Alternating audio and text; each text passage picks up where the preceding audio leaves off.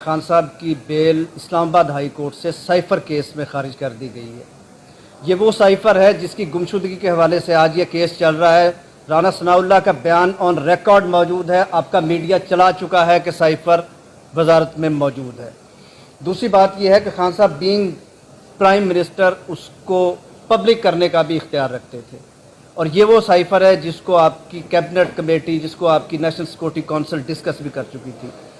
इसके साथ साथ हम देखते हैं कि कन्विक्ट आदमी को ऐसी सहूलियात दी जाती हैं, उसको एयरपोर्ट का जो स्टेट लाउंज है उसमें बायोमेट्रिक की सहूलत दी जाती है। कानून कहता है कि एक आदमी जो कन्विक्ट है जब तक वो कस्टडी में नहीं लिया जाएगा उसकी कोई एप्लीकेशन एंटरटेन नहीं होगी। बग़ैर कस्टडी में लिए उस शख्स की एप्लीकेशन एंटरटेन होती है। और हैरत की बात यह है कि प्रोटेक्टिव बेल का के पीछे विजडम ये है कि एक आदमी ये प्लीड करता है, ये रिक्वेस्ट करता है कोर्ट से कि मेरे खिलाफ किसी ऐसी जगह पे एफआईआर या मुकदमा हो गया है जहां तक मुझे पहुंचने से रोका जा रहा है।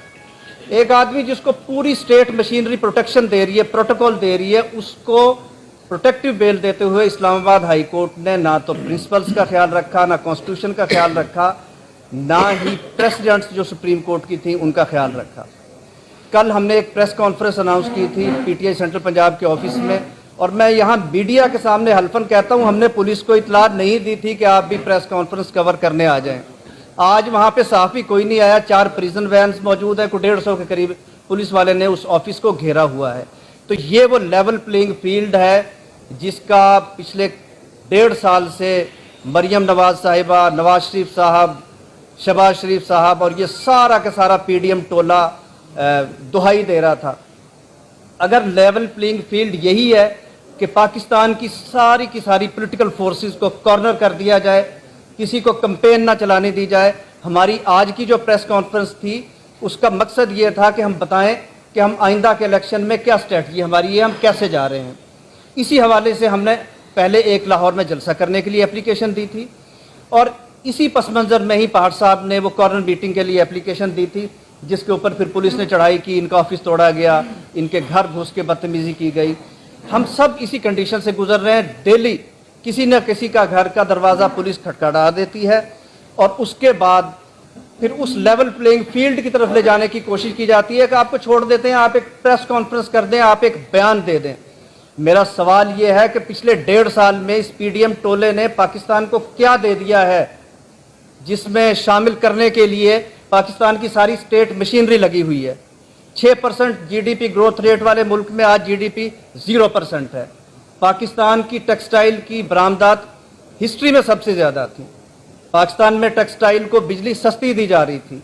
पाकिस्तान में एहसास प्रोग्राम जैसा प्रोग्राम था, बिलियन ट्री सुनामी चल रहा था, सेहत कार्ड चल रहा था, पाकिस्तान में डैम्स बन रहे थे, पाकिस्तान में बाहर से सरमायाकारी आ रही थी। ये मैं नहीं कह रहा, स्टैटिस्टिक्स कह रहे हैं।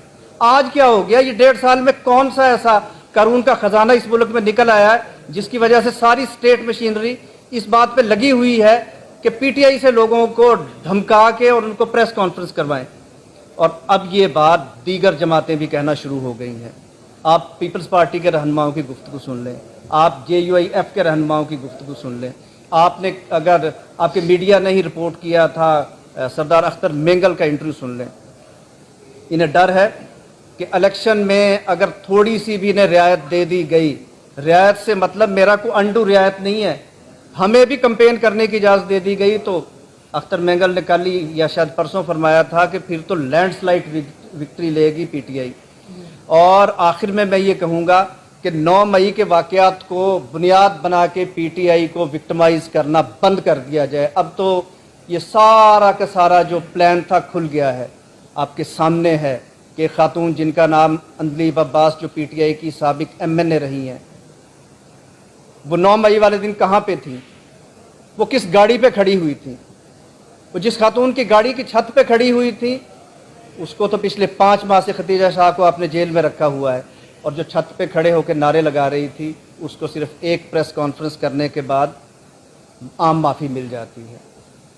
हम सब दोस्त जो यहाँ पे बैठे हुए हैं, हमें भी 9 मई के वाक़यात का अफसोस है, लेकिन ये अफसोस स्टार्ट किया जाए इस्लामाबाद हाई कोर्ट में तोड़ फोड़ से। सबसे पहले उन लोगों की शनाख्त की जाए जिन्होंने खान साहब को इस्लामाबाद हाई कोर्ट के बायोमेट्रिक रूम से अगवा किया था। मेरा चीफ जस्टिस इस्लामाबाद से मुतालबा है, रजिस्ट्रार इस्लामाबाद हाई कोर्ट से मुतालबा है कि वो वीडियो मंजर आम पे लाई जाए, उसमें लोगों को शनाख्त किया जाए वो कौन लोग थे जिन्होंने गैर कानूनी तौर पे खान साहब को अगवा किया था। ये लफ्ज़ मैं इसलिए इस्तेमाल कर रहा हूँ कि पाकिस्तान की सबसे बड़ी अदालत सुप्रीम कोर्ट ऑफ पाकिस्तान ये तय कर चुकी है कि इस तरह से किसी भी आदमी को कोर्ट प्रेमिसेस से पकड़ना अगवा के मुतरादिफ था। इन सारे किरदारों को बेनकाब किया जाए। उसके बाद कौन सी वो फोर्सेस थीं जिन्होंने आवाम को प्रवोक किया। खान साहब बारहा इस हवाले से पीटीआई की लाताल्लुकी का ऐलान कर चुके थे कि ना ये हमारी पॉलिसी थी, ना हमने किसी को कहा। यहाँ शादाब जाफरी साहब बैठे हैं, बाकी सारी लीडरशिप बैठी है। हम फिर आज ये दोहराते हैं कि ये जिनका भी प्लान था उन सारे किरदारों को बेनकाब किया जाए। पीटीआई को विक्टिमाइज़ करने के लिए ये सारा खेल खेला गया और आज वो सारे के सारे किरदार सामने आ रहे हैं। कितने ही चेहरे हैं जिनकी तस्वीरें इदारों ने मुख्तलिफ जगहों पे दिखाई, उसके बाद सिर्फ एक प्रेस कॉन्फ्रेंस होती है, फिर रियासत का निज़ाम अदल भी खामोश हो जाता है, रियासत की सारी रिट भी चुप हो जाती है, रियासत के सारी पुलिस इंटेलिजेंस एजेंसियां वो सब आदमी को दूध से धुला हुआ साबित कर देती हैं। इन सारी चीज़ों से सिर्फ़ और सिर्फ इस मुल्क को कमज़ोर करना मकसद है।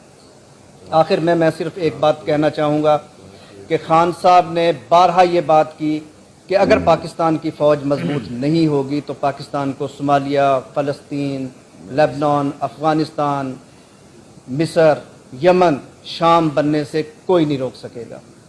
पाकिस्तान को अगर आज हिफाजत के साथ रखा हुआ है तो वो हमारी फोर्सेस ने रखा हुआ है, लेकिन हम अपनी फोर्सेस से भी ये तवक्को करते हैं कि वो अपने कॉन्स्टिट्यूशनल रोल के मुताबिक अपने फ़राइज़ अंजाम देंगे।